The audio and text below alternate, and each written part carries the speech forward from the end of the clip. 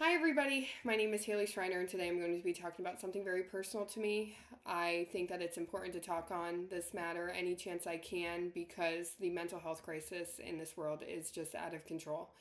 I think that the more people who speak up and share their stories, the more influence we can have on each other, just to show that we're not alone.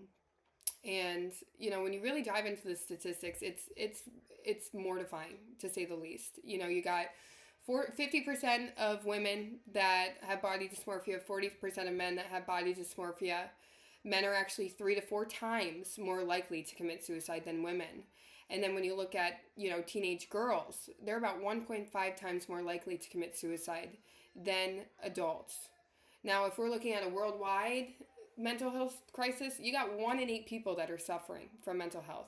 So, my story starts at a young age. I had a very traumatic life. My father was absent and a drug addict, and my mom was severely abusive.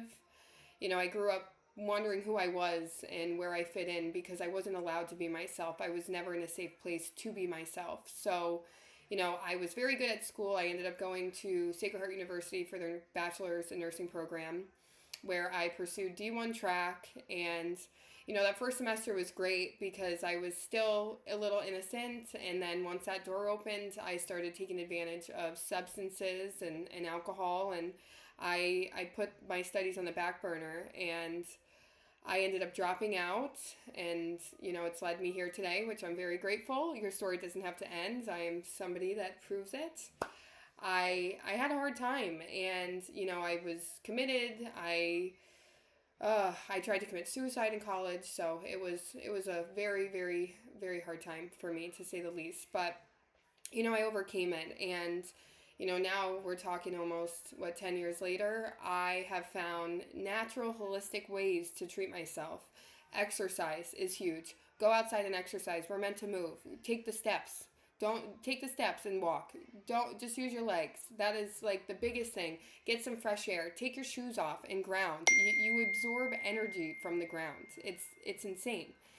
Another thing that I've realized that has helped and is proven in studies is magnesium. There's actually 9 different kinds. So, from my research, I found that magnesium glycinate, it actually decreases about 70% of depression symptoms in 1 week just by double dosing it. So, I've noticed a significant difference when I don't take magnesium versus when I do.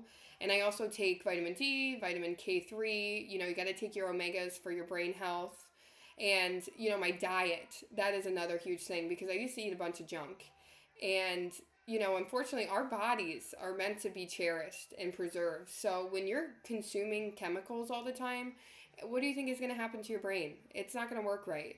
And I'm guilty. I love goldfish. The pizza flavor explosion, love it. Once in a while I do. I'm very holistic, but I'm not ignorant to the fact that there is so much there and so little life to live.